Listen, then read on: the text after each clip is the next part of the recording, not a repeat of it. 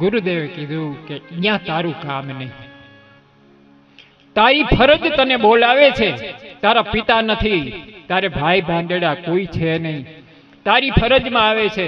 તું હવે એને તું અસ્વીકાર ન કર, તું ફરજથી ભાગ નહીં, તારે ફરજને સ્વીકારીને હાલવાનું છે. અને ગુરુદેવ કીધું કે તું એ અપરાધ કરીને જો નીકળી જાય તો પણ તને આ જન્મમાં મુક્તિ છે નહીં, નહીં, નહીં, નહીં, નથી. બધાએ પોતાની ફરજ છે એ પૂરી કરવી પડે. પછી ચાહે કુટુંબની હોય, પરિવારની હોય, સ્નેહી સંબંધીની હોય કે આપ્તજનોની હોય, પણ તમે તમારા ફરજમાંથી કોઈ દિવસ નિવૃત્ત કે મુક્ત પામી નથી શકતા. એટલે મારી તમારી સભાન સ્થિતિમાં તમે સમજી લ્યો કે મને તમને સોંપાયેલી ફરજ છે એ ભક્તિમાં માળા બે ઓછી થાય તો કાંઈ ચિંતા નહીં. છોકરું રડતું હોય ને સાસુમાં એમ લેતા હોય કે બાળકા હજી અડધી પહોંચી છે ને આ માંડ્યું છે રાડો રાડ કરવા, અને હવે મેર કઈ આવે, મેરની રાહ ન જોવાય, ઓલો રોવે છે ને તેડી લેવાય. આપણે એ ફરજ છે આપણી. માળા પછી અડધી ન થાય તો પછી કરજો, અને ન થાય તો કોઈ ચિંતા નહીં, ઉપરવાળો માની લે. ઉપર છે ને આ નીચે છે ને એવું જ ઉપર છે, અહીં કઈ બહુ ફેર નથી. આપણે અહીંનું ચૂક્યા અને આપણે ઉપરનું સુધરી જશે તો ભૂલી જાવ તમે. અહીંનું જેનું બગડ્યું એનું ઉપરનું કોઈ દિવસ સુધરવાનું નથી, અને ઉપરનું સુધરેલું બાંધશો તો કોઈ દિવસ નીચેનું પણ સુધરતું નથી. બેયને સાચવાનું છે. તમે ફરજથી ભાગો નહીં. આપણી ફરજ આપણને આ જ્ઞાન આપે છે. આમ થયા અને તે વખતે વ્યાસજી મહારાજ પોતાના જ્ઞાન પ્રકાશ, નારદજી પોતાના જ્ઞાન પ્રકાશથી એમ કહે છે કે એ વખતે કીધું કે તારી માં જ્યાં સુધી જીવતી છે ત્યાં સુધી તારી ફરજ બોલે છે અને તેને સાચવવાની છે, એને પાડવાની છે. અત્યાર સુધી તને ખવડાવ્યું, હવે તારે એને ખવડાવવાની વાત છે. અને ત્યારે એને એમ થયું, અને ત્યારે માગણી કરવા લાગ્યો, રાત દિવસ રોવા લાગ્યો. જ્યારે સંતો રડે ને, નિસદિન બરસતને ન હમારે, સદિન બરસતને ન હમારે, સદિન બરસતને હમારે, નિસદિન બરસતને ન હમારે, સદા રહત બારી સરી તું હમ પર, સદા રહત બારી સરી તું હમ પર, સદા રહત બારી સરી તું હમ પર, સદા રહત બારી સરી તું હમ પર, તબ સે શ્યામ બનાએ, ઓ જબ સે શ્યામ બનાએ,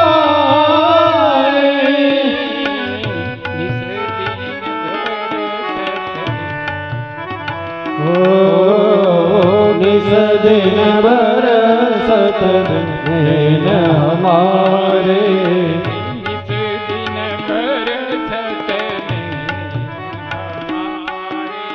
ઓ નિસદિન બરસતને ન હમારે.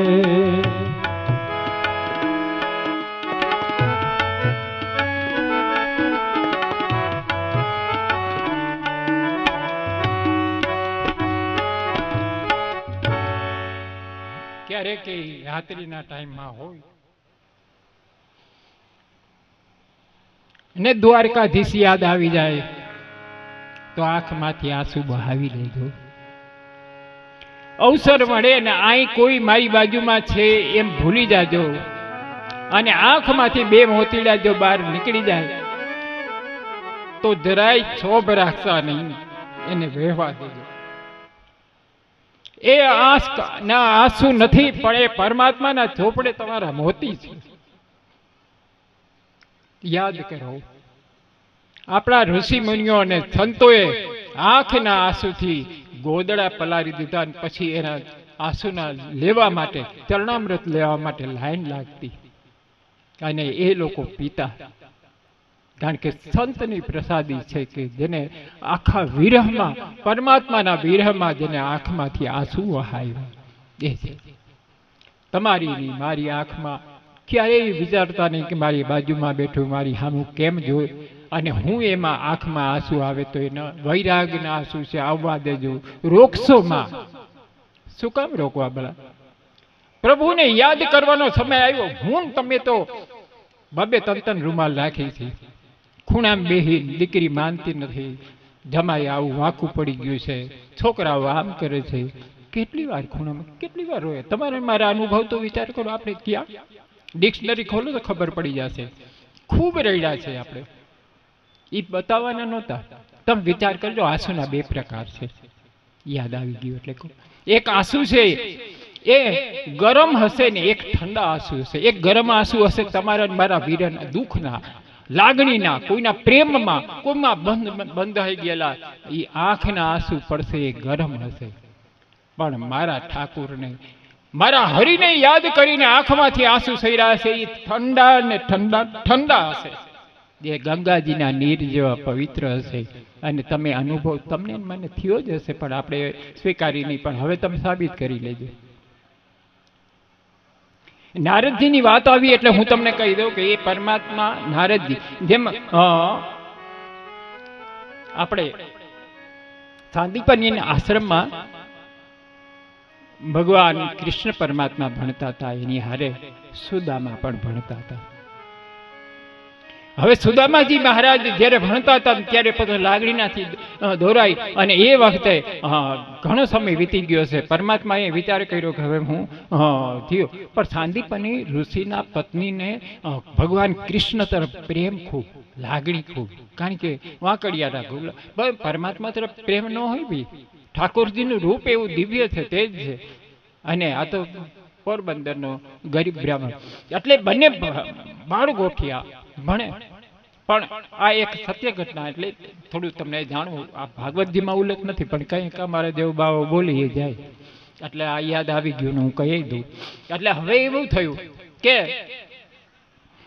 બંને જણા છે એમાં દાડિયાનો વિચાર કર્યો કે આનું હું માતાજી કે કેમ આદેશ થયો તો બોલે કે હા, એ કે ગુરુજીએ કીધું છે કે લાકડા સમિધ નથી, લાકડા લઈ આવવું, અને આપણે હવે ભોજન બનાવવા માટે પણ આ એટલે લાકડા માટે લેવા માટે જવાનું છે ને એ બધું છે.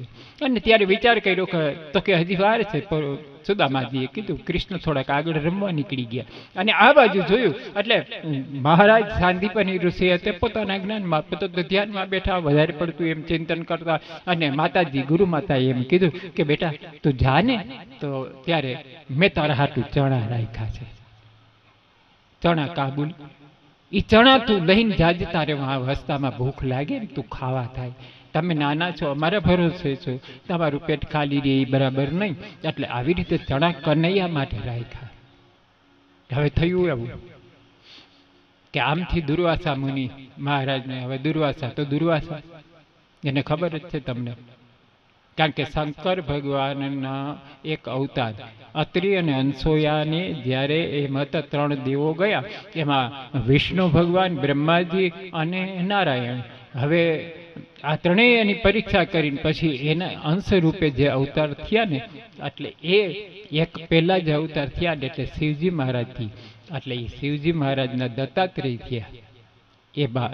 એટલે એ દત્તાત્રેય વિષ્ણુ ભગવાનથી જે પ્રગટ થયા, ના દત્તાત્રેય છે એ વિષ્ણુ ભગવાનથી પ્રગટ થયા, રુદ્રથી દુર્વાસા પ્રગટ થયા, અને બ્રહ્માજીથી ચંદ્ર પ્રગટ થયા. આ 3 ઋષિના આ 3 છે, યાદ રાખજો. અને એ ટાઈમ છે ને, 5 જ વાગ્યા? નહીં નહીં નહીં, ના ના ના, હા હા આપ કરી શકો. મને કેવું જ બાપુ, હું તો મારા ધૂનમાં આવેલો જતો પછી મને બહુ. બોલો કૃષ્ણ કનૈયા લાલ કી. જોરથી જય તો જોરથી જ બોલવાની, નહીતર આમને ચાલુ જ રહેશે. કૃષ્ણ કનૈયા લાલ કી. હજુ જોરથી બોલો કૃષ્ણ કનૈયા લાલ. પછી દુર્વાસા બપોરના ટાઈમે જ બરાબર આવ્યા, 1 વાગી ગયો તો આમની કોરથી ચોખ્ખો બધો કરી લીધો હતો તો વાસણ સાફ કચરા પોતા બધું થઈ ગયેલું. અને પછી એ વખતે દુર્વાસાજી તો એને તો ક્રોધથી પ્રખ્યાત થયો, તમને અહીં આપણે કંઈક દ્રષ્ટાંત દેવું ન પડે.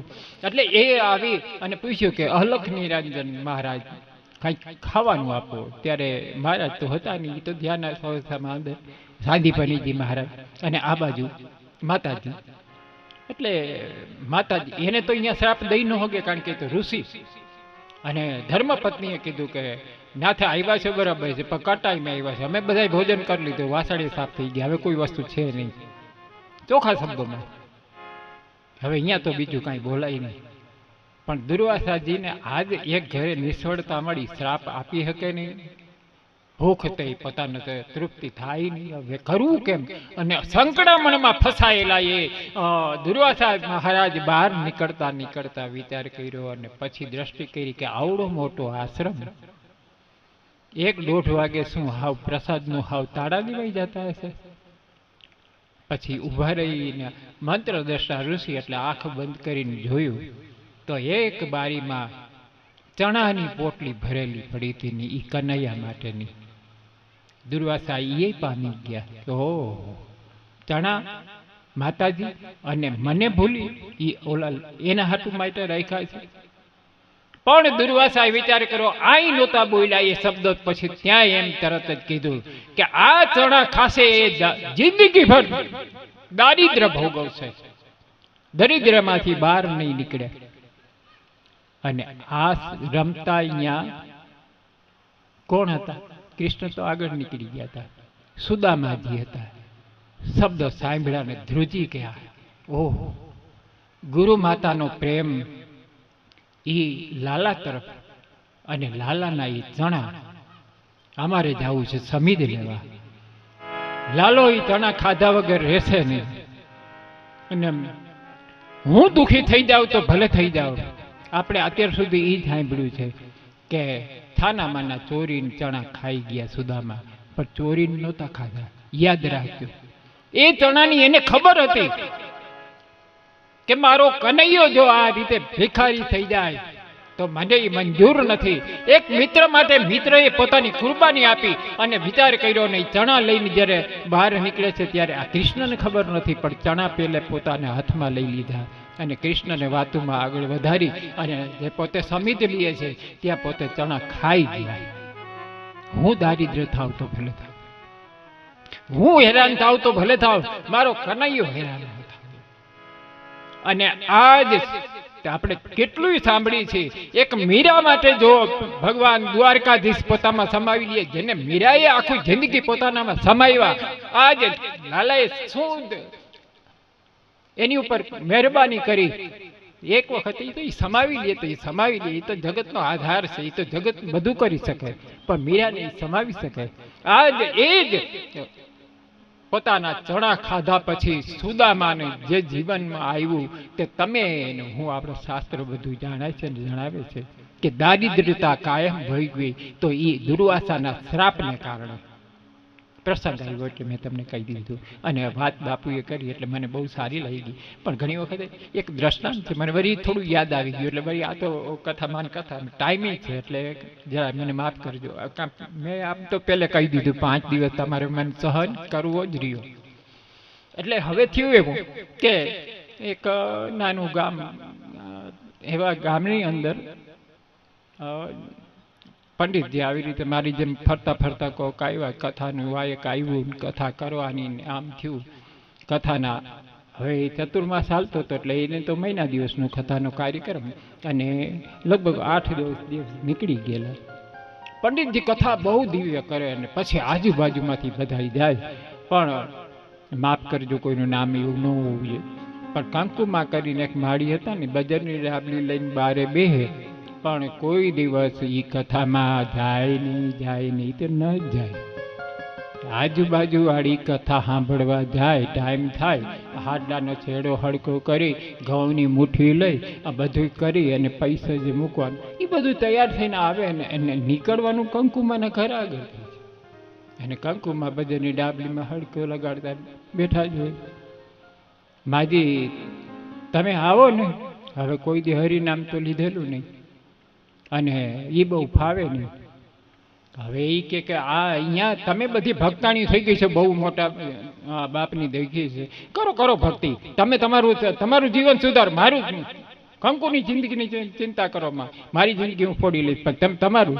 આમ કંકુમાં રોજ કી માને ને હોલાને એમ થયું કે અભાગ્યો જીવ, અને કોક એવાય હોય પછી એમ વિચાર કરે ને, કોઈક સદભાગી હોય ને, કોઈ લાગણીવાળા હોય ને, કોઈ સ્નેહથી કહેતા હોય, કોઈ ઓમ દ્વેષથી. પણ આ તો ભાઈ લાગણીના સ્વરૂપ તો નક્કી ન હોય કેવા પ્રકારના લાગણી હોય. ઘણી વખત આપણે ઠોમાં કોઈક કહેતું હોય ને તો એમાં ઘણી વખતની જુદી જુદી લાગણી હોય, આપણે એને ભાવની સમજતા હોઈએ ને ઓલો એનો વેર વાળતો હોય કે હરખી કરીને કોણી મારી લો તો આનું હરખું થઈ જાય. એટલે આ તો બધો ભાવ છે, પ્રેમ છે, લાગણીની વાત છે. એટલે કંકુમાની પાસે બેઠા કે સાંજનું જે કાંઈ પ્રવચન થાય પંડિતજી વાત કરે, પછી ગોર મહારાજને એ કરે. હવે ગોર મહારાજ બિચારા સુપાત્ર, એટલે હવે એને અહીંયા આવ્યા એટલે કથા અમને તો એવું હોય કે કોક કાંઈક દક્ષિણા આપે તો અમે પછી ખિસ્સામાં નાખી દઈએ, તમે કોઈને પછી કોઈ કહી નહીં. એ તો એમાં એ કહેવાની જાહેરાત કરવાની ન હોય, જાહેરાત કરવા જેવી હોય કરાય. એટલે આ ગોર બાપા બરાબર કથા કરે, અને એ વખતે ગામમાંથી કોકને ભાવ થયો, એટલે બિચારી એ બાઈ હતી તો એને એમ કીધું કે એટલે ભળવા રહેશે, એટલે એને એમ કીધું કે ગોર મહારાજ રાખો ને એક બકરી, તમે મારી